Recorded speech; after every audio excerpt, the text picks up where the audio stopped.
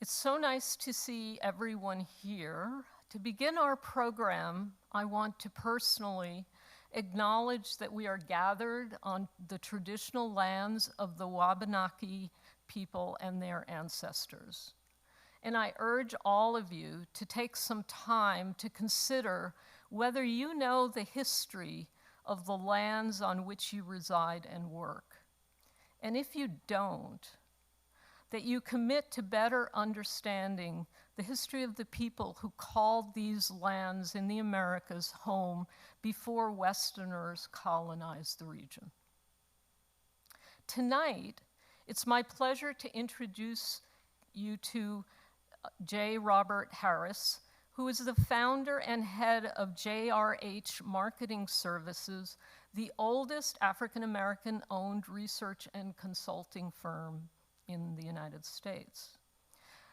But what brings him here is that he is chair of the Explorers Club Diversity, Equity, and Inclusion Initiative. Now, for those of you who are not familiar with the Explorers Club, it's located in New York City, and it began as the Peary Arctic Club, as of Peary, the alum of Bowdoin, and it was established in 1898. It was formed by a collection of very wealthy white New York businessmen who were financial supporters of Peary in his quest to be the first to reach the North Pole. And so the Peary Arctic Club supported his work and actually paid for and had built the SS Roosevelt, which is the vessel that he used in his last two expeditions. Included in the club of financial backers was a man named Thomas Hubbard of Hubbard Hall. So Hubbard built Hubbard Hall, which was the library, and he also built the Searles Science Building. So we've got some interesting connections with the Explorers Club.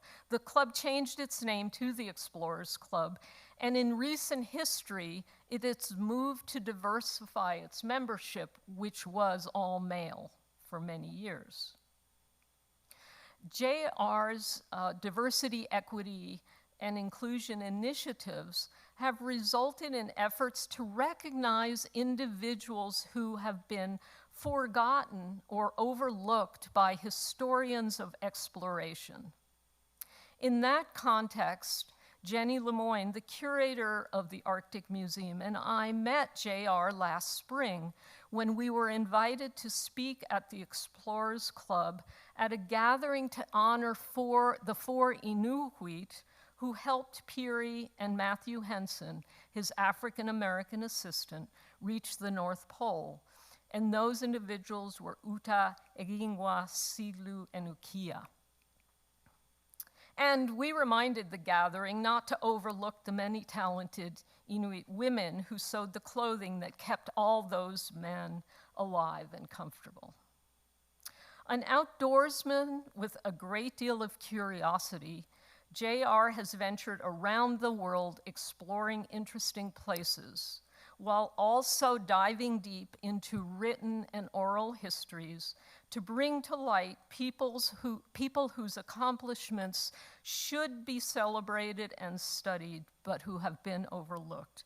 Please join me in welcoming him to the stage.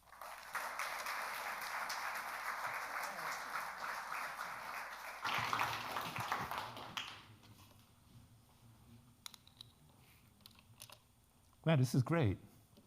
It's my first visit here, so I'm very happy to be here. Thank you all for coming. And I hope you like the talk. So, how many African-American explorers can you name? How much of their backgrounds are you familiar with? And how much of what you think you know is accurate? There are some areas of endeavors where African-Americans have, at times, been given recognition for their contributions. The fields of education, social work, and civil rights come to mind. Yet there are other areas where accomplishments have been ignored, downplayed, or inaccurately reported. One of these areas is exploration. The purpose of my remarks today is to illustrate how, in the field of exploration, the accomplishments of African Americans have oftentimes gone unrecorded, and when they are recorded, are often distorted or marginalized. I believe this deprives our culture of the benefits that their efforts have earned for us. I'm speaking to you today from my dual perspectives as a social scientist and an explorer. I believe this gives me a unique insight into the impact of this flawed reporting of history. As a social scientist, I spent more than 45 years researching and interviewing African Americans from all walks of life about their attitudes, opinions, lifestyles, values, and the impact of history on their outlook for the future. As an explorer, I have traveled to some of the remotest regions of the world in search of knowledge and adventure. I know what it's like out there. I've been cold, lost, hurt, exhilarated, scared, uplifted, wet, hungry, tired, and fulfilled, just like countless explorers before me. But something about me is different from the perception of the typical explorer, and that's the color of my skin. When one imagines a typical explorer, the usual image is this intrepid, resourceful, well-armed, very masculine Caucasian individual who leaves the comforts of home and family to find riches, wisdom, and glory in some faraway corner of the globe. The African American is not usually part of that profile. To give you an example, I've been a member of the Explorers Club for 28 years, yet it wasn't just until a few months ago that I met another African American member. And when I've been out on an expedition, be it to the Arctic, the jungle, or the desert, the people I've encountered have invariably been surprised to see me there. Even black folks back home find my exploration activities unusual. They're like, dude, do you mean you're going off into the middle of nowhere, alone, for weeks, carrying a pack, living in a tent, sleeping on the ground, with no iPod? Thus, it comes as a revelation to many people in our society that African Americans have, in fact, made valuable contributions in the field of exploration. One reason people are surprised is because often these explorers have not been given the recognition they deserve. Sometimes their accomplishments are distorted to conform with prevailing social and politically acceptable mores and attitudes. Other times, for various reasons, the efforts of African Americans are totally suppressed or only scarcely made public. Here's a case in point. Early on a Sunday morning, December of 1941, the naval base at Pearl Harbor in the Pacific was suddenly attacked by the forces of the Japanese Empire, plunging the United States into World War II. With much of the fleet destroyed, there was concern that the Japanese might attack our west coast. Such an attack would most likely come via Alaska and down through Canada. Consequently, US military planners decided that if the invasion came, they would try to hold the line at Alaska as far from the lower 48 as possible. But there were some problems. One of the biggest was how to get the necessary oil to the far north to supply the airplanes, trucks, and other vehicles that were being amassed there. The nearest supply of oil was on the Mackenzie River in northern Canada, just below the Arctic Circle and a good 500 miles from the Alaska border. To get this vital supply of oil, the US Army Corps of Engineers decided to build a pipeline across the vast, unexplored wilderness of the Yukon and Northwest Territories. To this day, it is still one of the most inaccessible places on Earth. An engineering effort of that size and scope had never been attempted. The Canal Pipeline, Canal standing for Canadian Oil, as it became known, would be one of the largest construction projects ever undertaken, bigger than Hoover Dam and more expensive than the Panama Canal. And that led to a second problem, which was even more complicated: how to get the necessary machinery, equipment, and supplies, more than 225,000 tons, to the pipeline site in order to construct it. This was the early 1940s. There were no roads or airfields in that part of the world. Every item, pipes, trucks, tractors, tools, tires, food, clothing, housing supplies, even toilet paper, first had to be transported by rail through the United States, up into Canada to the end of the northernmost railroad, which was at the headwaters of the Athabasca River in Alberta. Then the real journey began. The supplies then had to be unloaded from the trains, loaded onto barges, and shipped from there.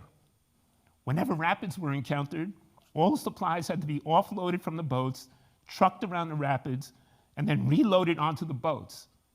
The supply route from the railhead in Alberta to the oil fields in Norman Wells was over 1,100 miles of remote backcountry, only sparsely settled by Dene Indians and a few traders, trappers, and missionaries.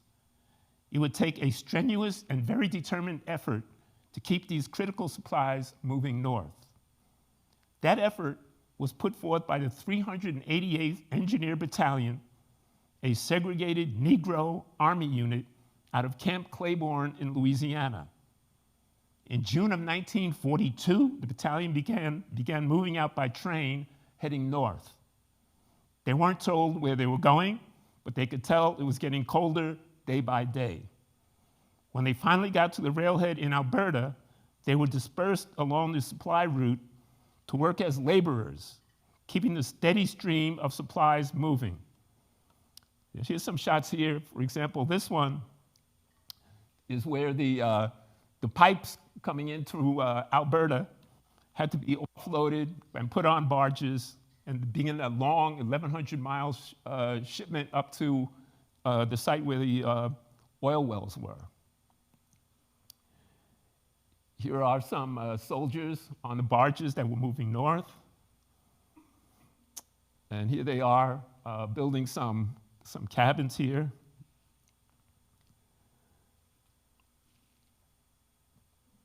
And some of them were sleeping in tents. And of course, the mess hall line looks like they got a big bucket of something there. I don't know what that is. Probably soup of some kind. Anyway, these soldiers encountered untold hardships in that unforgiving environment. Upon arrival, they first had to construct log cabins to house the white officers and men. Many of them then had to spend the winter in tents. A lot of these were not adequately equipped or clothed, and none had ever faced such extreme cold in the northern winter before. In the spring came melting snow and rivers of mud, followed by swarms of biting insects in the summer. Help wanted ads for civilian contractors carried the heading, "This is no picnic." If it was no picnic for the Caucasian pipe welders, it was certainly no picnic for the African Americans who were supposed to be soldiers but carried picks and shovels instead of guns. And remember, these men who, in an incredibly unique way, were fighting for their country's freedom, were destined to return home to a society where their own personal freedom would severely be restricted because of their race. In spite of everything, they got the job done, and the pipeline was completed less than 2 years later. Now, here are a couple of shots of the actual pipeline that was being constructed. The pipe was only about 8 or 10 inches in diameter. Nobody had ever done a construction project like this before. And the pipe was laid right on the ground. And they built a little service road right next to it. But there were plenty of oil spills and a lot of problems there getting that thing. Can you imagine 500 miles of pipe like this going through the mountains? They had all kinds of problems, but they got it done. There were a lot of leaks there. But unfortunately, by the time it was completed, it was too late. The threat of invasion ended with the Japanese defeat, the Battle of Midway, and the oil from the pipeline was no longer needed. And this pipeline, again, it took 2 years to build. Here's a shot of it in the winter. And this is a tractor that's pulling what they used to call a wanigan. It's a home where the pipeline workers would stay while they were building and maintaining the pipeline. 8 men to to a little shack there, pulled on sledges by these tractors. So it was too late. The Battle of Midway ended the threat. And furthermore, questions were being asked about the decision to build the pipeline in the first place, as well as the staggering price tag. Under increasing pressure, government officials closed the project down after only 11 months in operation, and the whole thing was quietly and conveniently forgotten. In the process, the contributions made by the African Americans who served there have now gone unnoticed for more than 75 years. When I first heard about the Canal Pipeline and the role played by the Black American soldiers, I wanted to experience what it must have been like for them. So I went up to the Northwest Territories and I backpacked alone for 21 days along the now deserted pipeline route through the Mackenzie Mountains on what is now known as the Canal Trail. It was a hazardous 212-mile journey. To this day, nobody lives there, and if you get in trouble, there was no facility for search and rescue.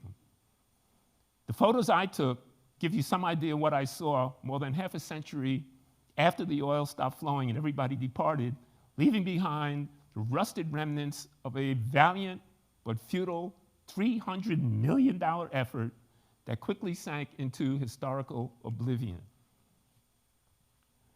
So these are shots that I took.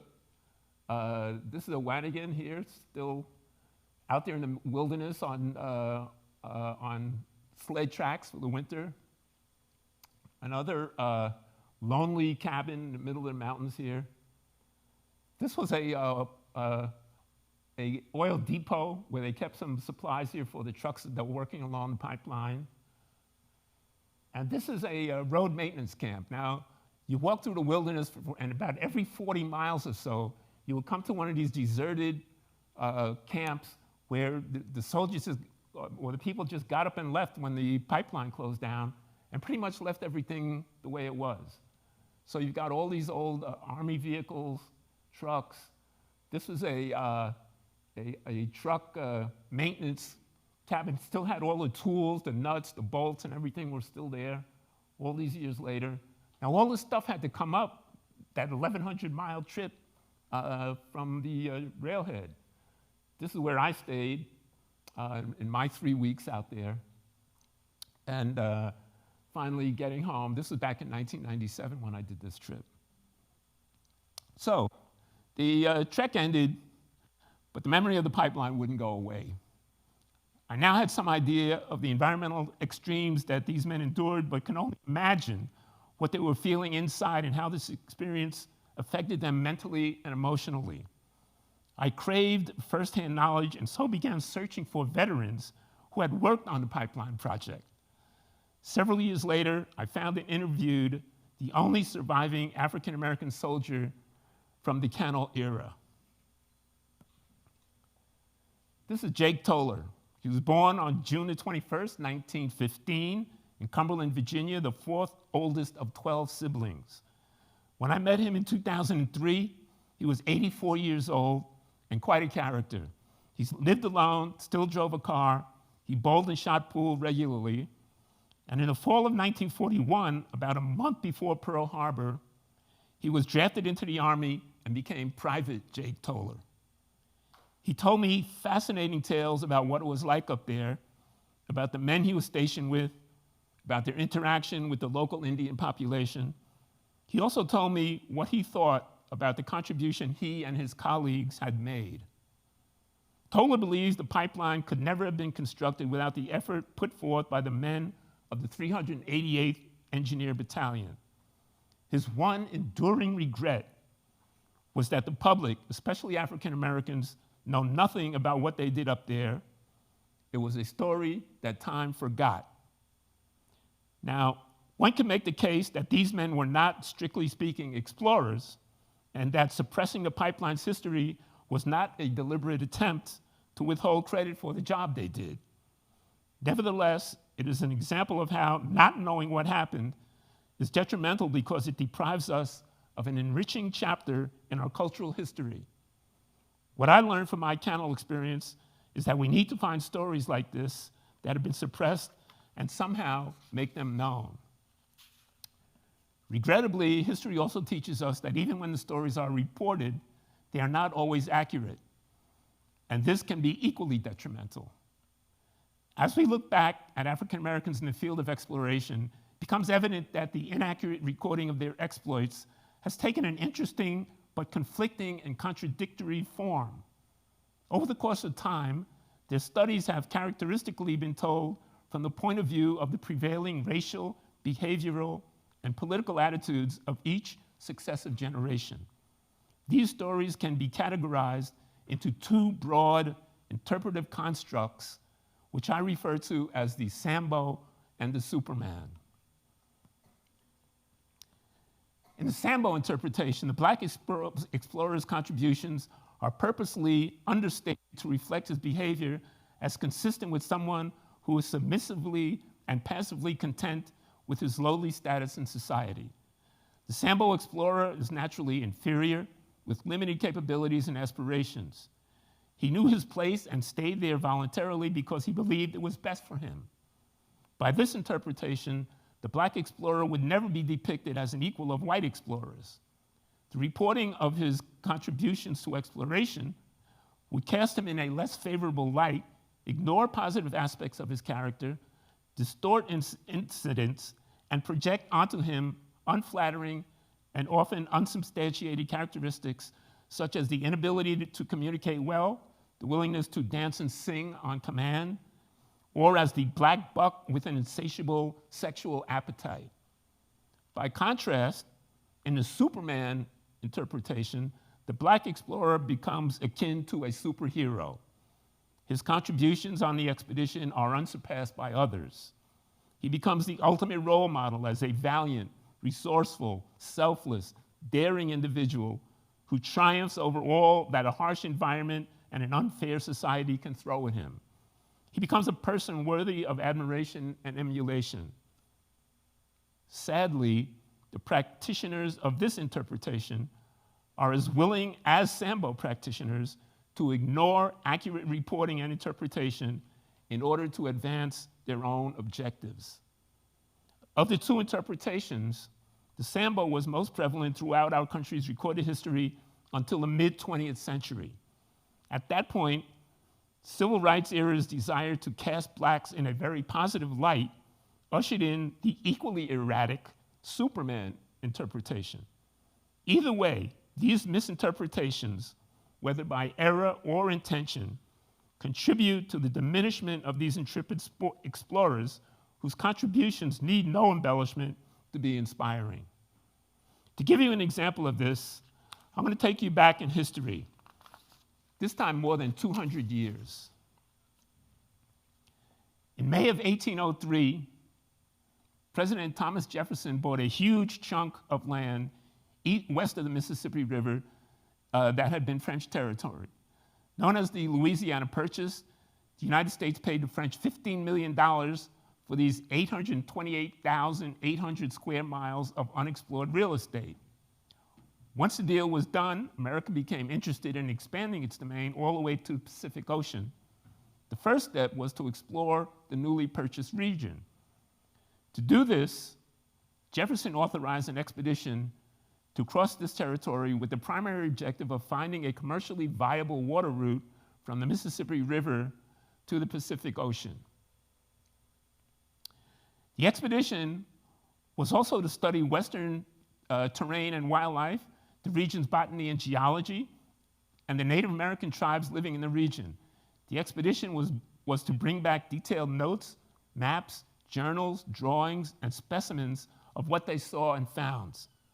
Jefferson placed this expedition under the command of a man named Meriwether Lewis, a captain in the U.S. Army. Lewis immediately selected another Army officer, William Clark, who was to be his partner and co-commander. Clark was the younger brother of George Rogers Clark, who was a general in the American Revolution. He had no formal education, but was skilled in wilderness survival.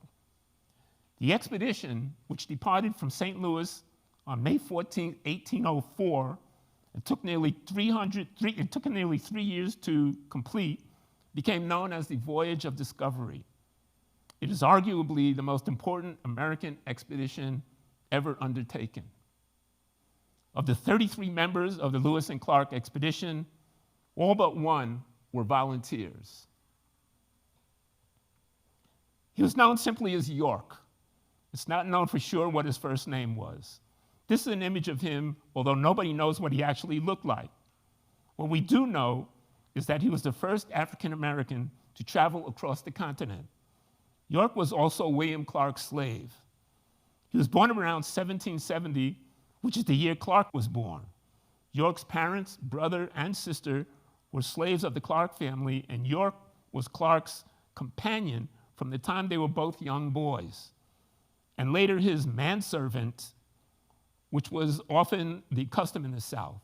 Now, when William Clark's father, John Clark, died in 1799, William legally inherited York, who became his property. What little is known of York comes from the expedition's journal, written by Lewis, Clark, and several other members of the party. Being a slave, York was illiterate, and thus we have no firsthand account of his experiences.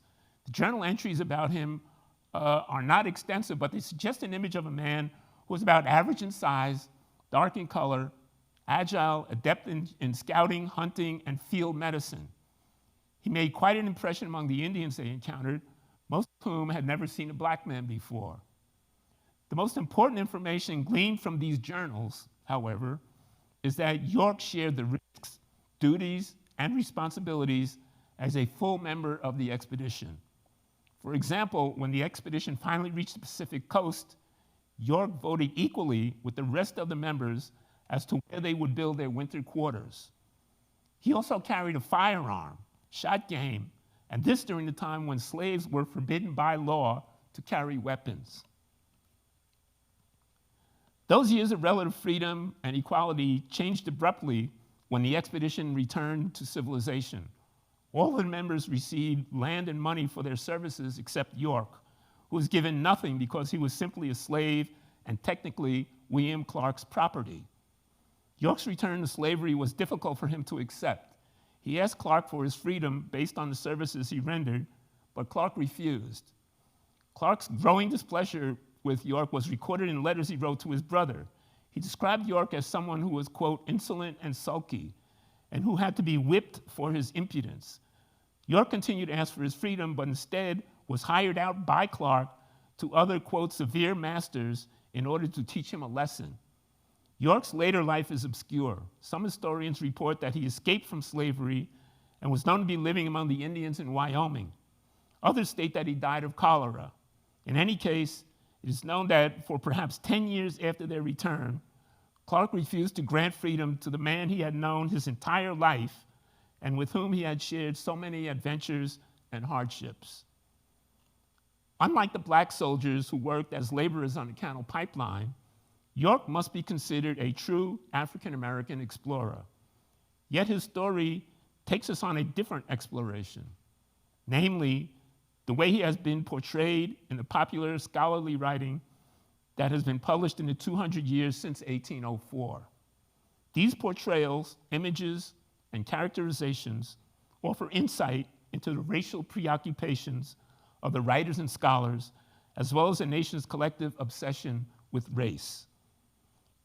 An early illustration of the Sambo interpretation is found in an historical novel published in 1903 by Eva Emery Dye entitled The Conquest, The True Story of Lewis and Clark, which portrays York as a passive, happy slave. In the book, York is depicted as a loyal servant who refused to be separated from his beloved master even after Clark supposedly freed him at the end of the expedition. York, no longer a slave, for in consideration of his services on the expedition, the general had given him his freedom. But as a voluntary bodyguard, he would not be separated from his master. And here the author quotes York as saying, and this is written phonetically, for show, who could take care of Master Clark as well as old York? Even though Dye's work is fiction, many readers accept it as fact because of the extensive research Dye had supposedly conducted. We now know that Clark kept York an increasingly bitter, hostile, and unwilling slave after the expedition returned. Furthermore, there is no evidence that York used the, quote, Negro dialect that the author attempts to reproduce in the book. In fact, York's lifelong close association with the Clark family as a house servant, as opposed to being a field hand, suggests that his language patterns might not have been much different from Clark's. Whether out of ignorance, paternalism, or antipathy, white writers at the end of the 19th century characterized this type of black language as indicative of the intellectual and cultural inferiority of the race. Another example of the Sambo tradition comes from a 1937 book, No Other White Men by Julia Davis. In it, she gives her version of an incident that took place at an Arikara Indian village on the Missouri River, where York was having some fun with the Indian children, pretending that he was a recently tamed wild animal. The incident is authentic. In Clark's journal, he relates that he jokingly told the Indians that York was a wild man who liked to eat children. Those Indians were much astonished by my servant, is his quote. They never saw a black man before. All flocked around him and examined him from top to toe. He carried on the joke and made himself more terrible than we wished him to do. Another expedition member, Sergeant John Ordway, records the same incident in his journal. The spelling, grammar, and pronunciation are as they appear in the two journals. The greatest curiosity for them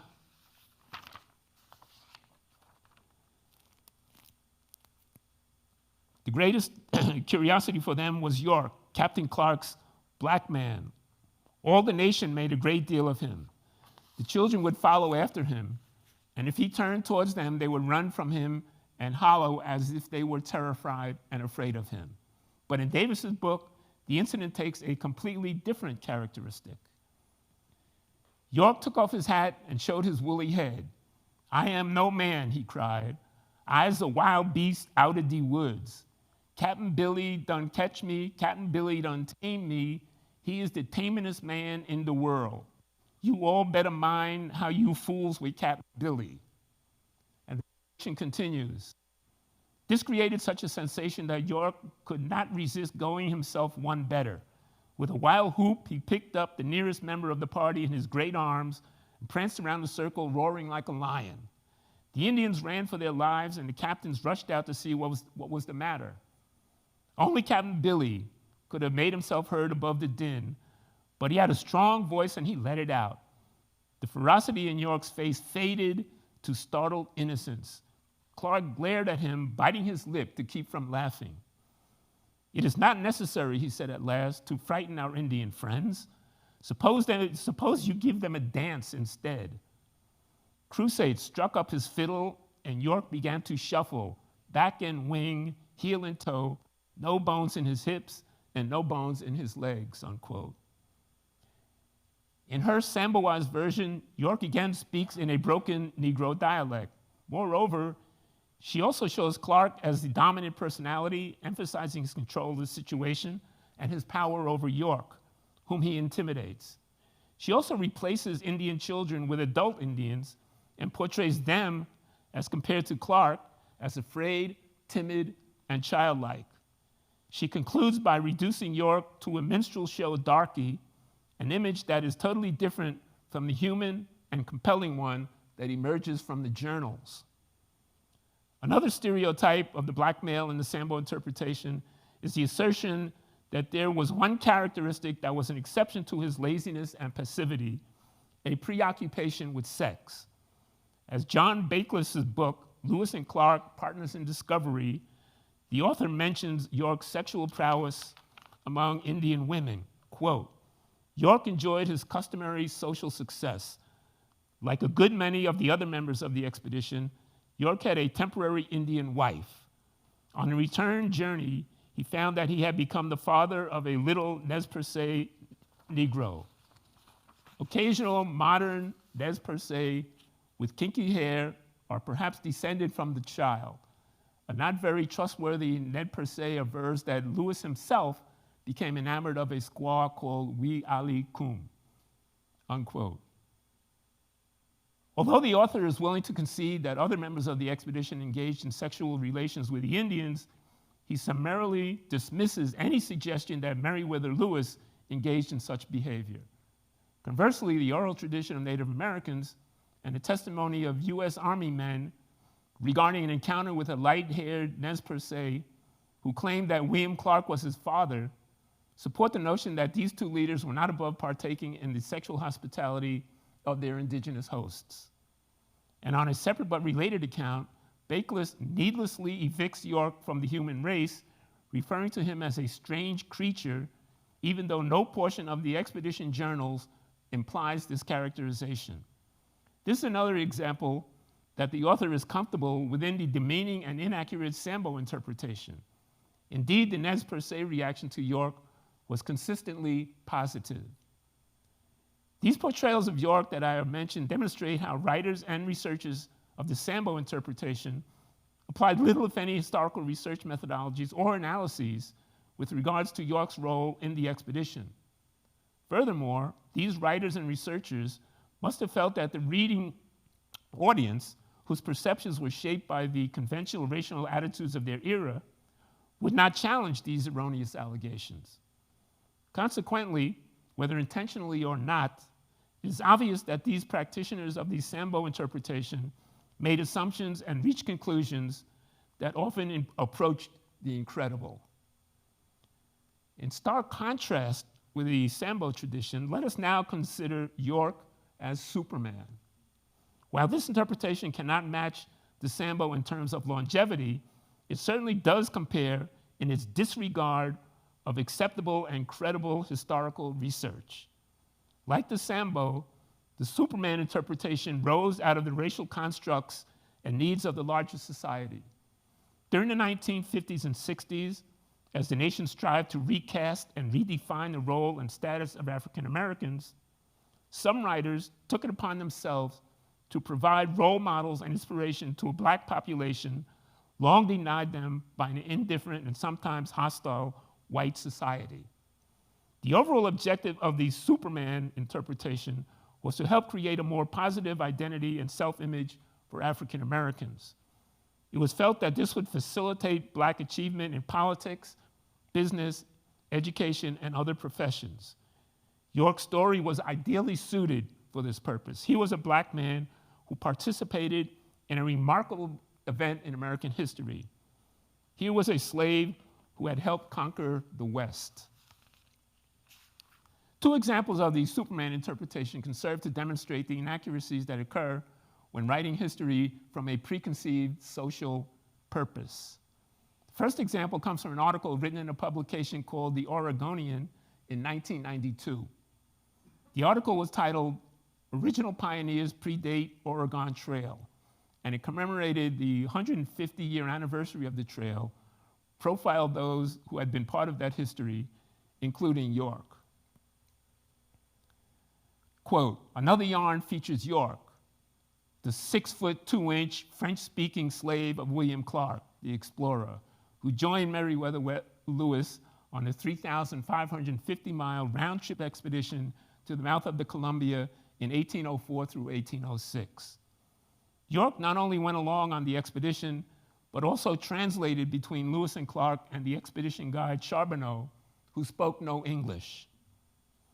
In this instance, we see that York has attained the impressive physical stature, although no specific mention of his height is recorded in any of the expedition journals. Even more impressive is the assertion that he spoke French. If he did, where did he learn it? William Clark, who was from a prominent Virginia and Kentucky family, did not speak French. York's parents, who were slaves of the Clark family, did not speak French. As a slave, York's travel and educational opportunities were very limited, and there is no indication that he spent any time in a French-speaking location prior to the expedition. During the expedition, Lewis and Clark hired a guide and interpreter named Toussaint Charbonneau, who spoke French and several Indian languages, but no writer or researcher has offered documentation to support the claim that York spoke French. Yet this has become a staple in the Superman interpretation that surrounds him. As unlikely as this claim is, it's not the only one that grants York the ability to speak other languages. K.D. Curtis, in his article, York the Slave Explorer, declares that York spoke not only French, but also several Indian dialects. And Philip Drottning, in An American Traveler's Guide to Black History, alleges that York could also speak fluent Sioux. The other example of York as Superman interpretation appears in 1997 in the book My Name is York by Elizabeth Van Steenwyck. In this book, written to an audience of children, the author wishes to introduce York as an important figure in African American history. While this is a noble gesture, it misrepresents an incident by stating that York saved Clark from drowning during a flash flood. The story is accompanied by an illustration of York reaching into a ravine to pull Clark to safety just before the raging waters could claim him. This never happened. According to Clark's journal, on June 29, 1805, York had been on the plains with a small group that included Clark, Sacagawea, Charbonneau, and their son Jean-Baptiste, but was in a different location when the flood hits. Clark says, quote, "We at length reached the top of a hill safe, where I found my servant in search of us, greatly agitated for our welfare." In Van Steenwyck's book, the account in York's words reads as follows. "Suddenly the sky darkens, angry clouds release a torrent. I find shelter beneath a chalky overhang, and then I remember Captain Clark and the others have not returned. I run to the cliff's edge to see their desperate struggle as water rises in the ravine. Sacagawea hands her small son to me. Then I reach out to her and Charbonneau. But where is Captain Clark? Now he struggles upward too, before I could reach out and pull him to safety. When he can speak, he tells me that his compass has been lost. Later he finds it, and I wonder, will that compass one day point my way to freedom," unquote. We know that York, who was illiterate, never wrote a first-hand account of his journey, nor did he dictate one to a writer. Van Steenwyck's misinterpretation, despite its noble objective, is every bit as egregious and offensive as distorted, exaggerated, inaccurate accounts of the Sambo interpretations. Unfortunately, York's treatment by so-called historians in the Sambo and Superman traditions is not an isolated incident. Take a look at this man. He was also an explorer. His name is Jim Beckwith. He was born a slave in Virginia in the early 1800s, at about the same time that Lewis and Clark departed on their voyage of discovery. Beckwith's father, Sir James Beckwith, was white, and his mother a mulatto slave held by Beckwith. When he was a young man, his father freed him, and he soon headed west into the Rocky Mountains, first as a wrangler and a fur trading company, and later on his own as a prominent trapper, Indian fighter, and mountain man. He is credited with the discovery of Beckwith Pass through the Sierra Nevada mountains, a route used by thousands of settlers during and after the California gold rush in the 1850s. He also lived among the Indians for a number of years, took a Native American wife, and eventually became a war chief of the Crow Nation. He died in the Crow village on October 29, 1866. Jim Beckwith, unlike York, recorded his life story. He told it to a man named Thomas D. Bonner, who published it in 1856 as The Life and Adventures of James P. Beckwith, Mountaineer, Scout, and Pioneer, and Chief of the Crow Nation of Indians. Although some details in the book were embellished to enhance interest, it is still provided a valuable resource about life among the Crows. Nevertheless, early historians did not take this account at all seriously and basically gave Beckwith the Sambo treatment, considering his experiences little more than stories to be told around a campfire. A century later, during the Civil Rights era, Beckwith as Superman emerged as an African-American role model in literature and textbooks.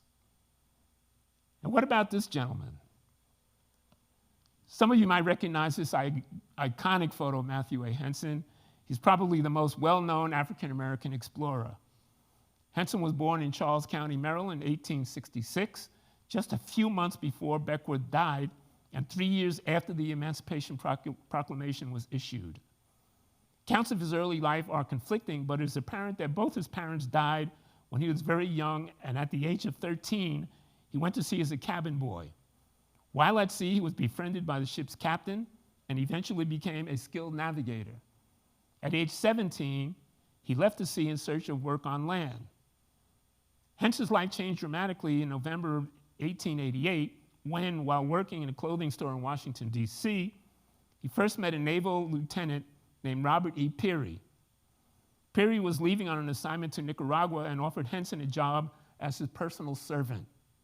Thus began an unlikely association that lasted more than 2 decades, culminating in the expedition of 1909, during which Peary, now an admiral, accompanied by Henson and 4 Eskimo or Inuit men, claimed to be the first white man to reach the North Pole. During his 20-plus years in the Arctic, Henson became an accomplished explorer. He could hunt, drive a dog sled, and even speak the Inuit language. Nevertheless, Henson, like Beckwourth and York before him, was a victim of the prevailing racial attitudes of his time. While Peary returned home a conquering hero, Henson's considerable accomplishments were largely belittled and ignored, even by Peary himself. Peary went on to become president of the Explorers Club, but Henson was denied membership until 1937, when he was made an honorary member almost 30 years after his dash to the pole, and 17 years after Peary's death in 1920. Also like Beckwourth and York, Henson was eventually given the Superman treatment during the second half of the 20th century, as African Americans searched for new heroes to emulate. Writers gushed over his, quote, natural capacity to learn, and that he, quote, personally trained all the members of the North Pole expedition, including Peary himself, unquote. By some accounts, Henson was more skilled in the Arctic lifestyle than even the most skilled of the Inuit Eskimo hunters, and was said to be stronger and more steadfast than his Caucasian companions. Today, he is credited as the co-discoverer of the North Pole. Sambo versus Superman, the differences are clear. What should be equally clear is that both interpretations are misguided and unfair. One does not cancel out the other. 2 wrongs don't make a right. Hopefully, here in the 3rd decade of the 21st century, a more accurate convention of scholarship is taking root. Current historians, in the best tradition of social science, should endeavor to achieve 2 important goals. The first is to uncover and report incidents and events from our past that have been ignored, suppressed, or not adequately documented. The second goal is to report the struggles and triumphs of African Americans fairly and accurately. And I'm not just talking about explorers, I'm talking about African Americans in all walks of life. Doing these 2 things is essential for sustaining our holistic wellness and ensuring that our contributions as a people are recognized and appreciated by the larger global society. If any of you are interested in the Sambo versus Superman dichotomy that I've been discussing, I highly recommend an article by Darnell M. Milner entitled York and the Core of Discovery, Interpretations of York's Character and His Role in the Lewis and Clark Expedition. The article appears in the Oregon Historical Quarterly, Volume 104, Number 3, fall of 2003. This slide lists the photo credits for the images I've shown you today. I want to thank you for your attendance and your attention. I appreciate the opportunity to talk to you today, and I hope that you have found my observations of some small value to you. Thank you very much.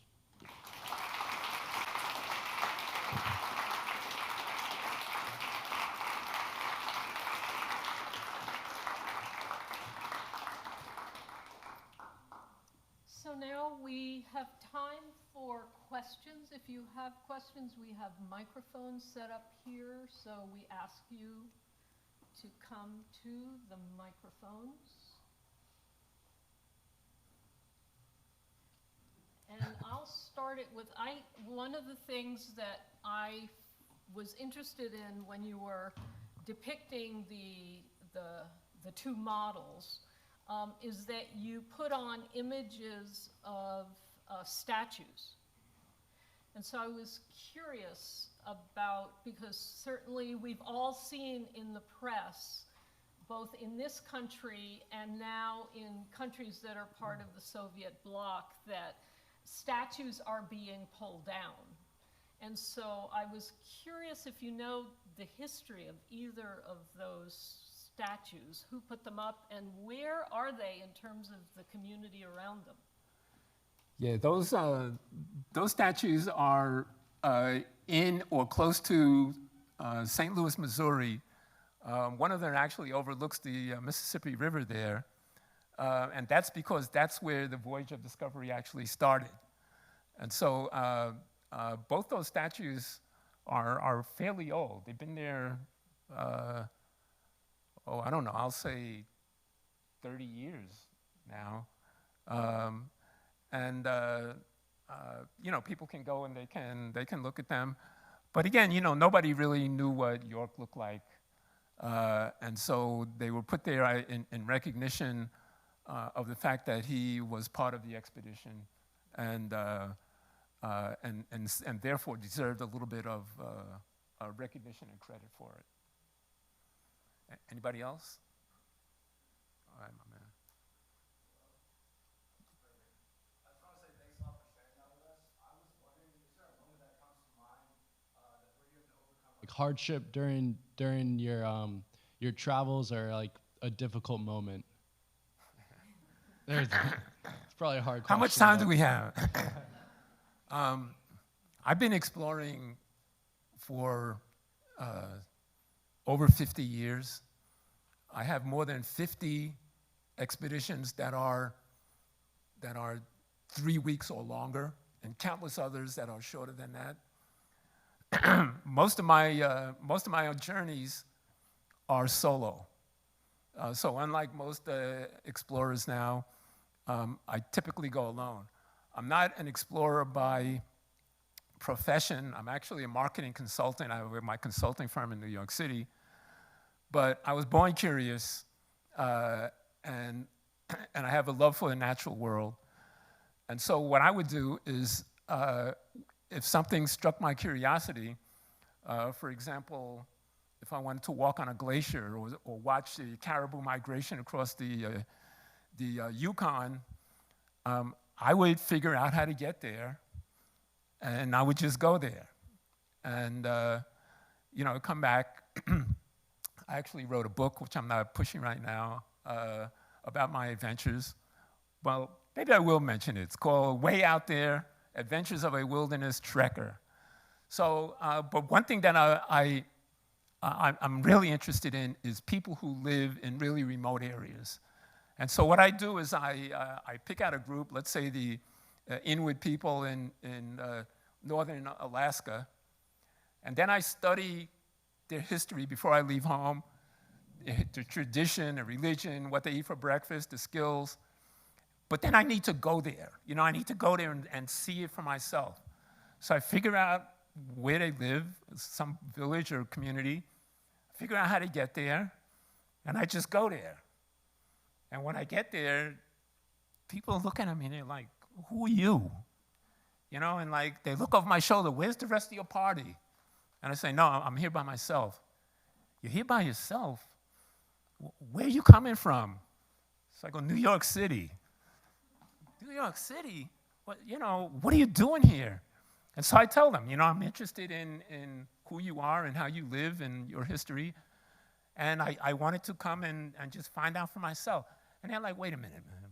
You came all the way from New York City by yourself just because you're curious about who we are and what we do? I say, yeah, that's basically it. And I'm not going to be a bother. I have my own tent. I got all my own food, my own clothing. I'm totally self-sufficient. I just want to hang around for a while, maybe talk to the old people to hear about your stories and your tradition. If you need any help doing anything, I'm happy to help you out.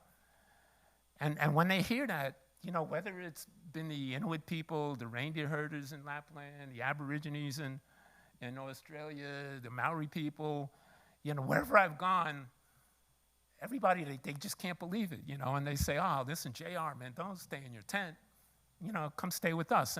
And they really appreciate a person who's curious enough to go out and find out for himself what it's like. To your basic question, it's hard sometimes. Like I said, I've been cold, I've been hurt, I've been tired, I've been lost. I've been scared so many times. If there was a PhD in fear, I'd be Dr. Scared. But that's just the way it is. I've been lucky to have a lot of experiences worldwide and to learn a lot in a way that also provides the adventure and excitement that I really like.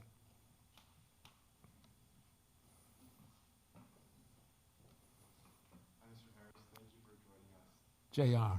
JR, thank you for joining us. I'm just wondering if you could tell us more about your work with the Explorers Club as the DEI chair, and then also maybe speak more about how receptive the leadership in the Explorers Club has been to your press towards kind of more progressive work.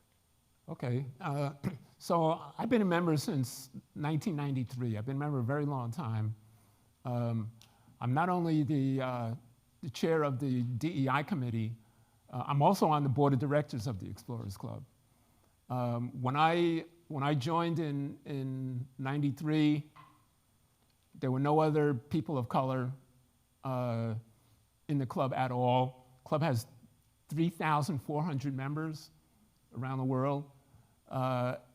Women were just allowed into the club in the late 1980s.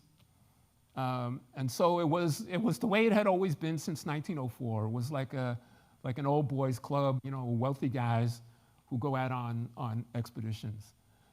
20th century and 21st century came in.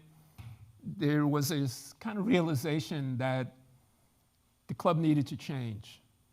And that realization was really based on, not so much political correctness, but it was based on the quality of exploration itself and the notion that for really good exploration, what you really need are different perspectives and different points of view.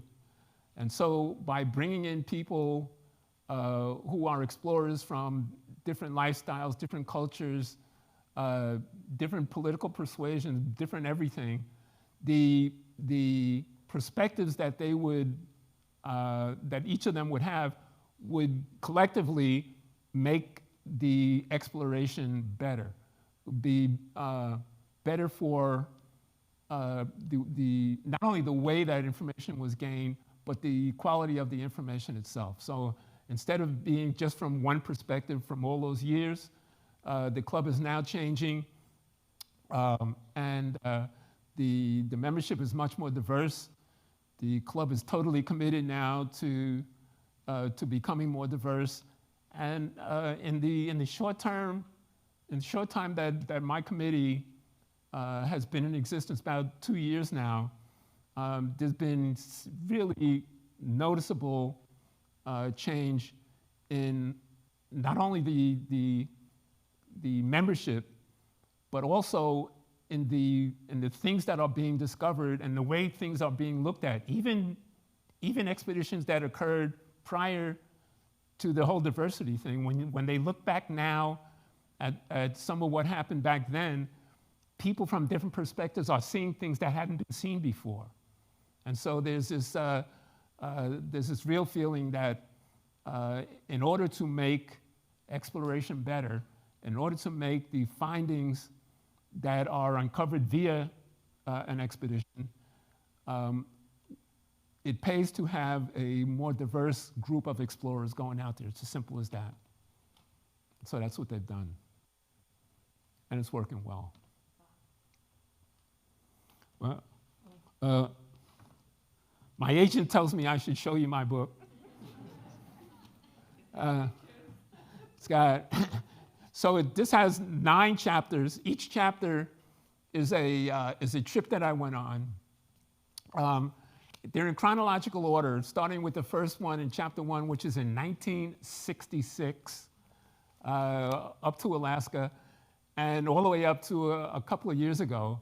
And so each one is its own separate story. It's got its own theme, its own storyline. But also when you read the chapters in chronological order, you could see kind of how trekking and backpacking and exploration evolved over all that time since the 1960s, how I've evolved as I gotten older, how different aspects of backcountry travel, such as Leave No Trace and so forth, have evolved, ultralight, things like that. So it tells a story. There are photos, there are maps, and there's a sense of humor. Like, I don't take myself too seriously out there, even though I'm alone. It's not all about survival. You know, it's just stories of a guy who grew up in New York City, who ends up in the middle of nowhere, and gets home with all his fingers and toes so far. On that, I think we're out of time. Thank you so much for an inspiring talk. Thank you.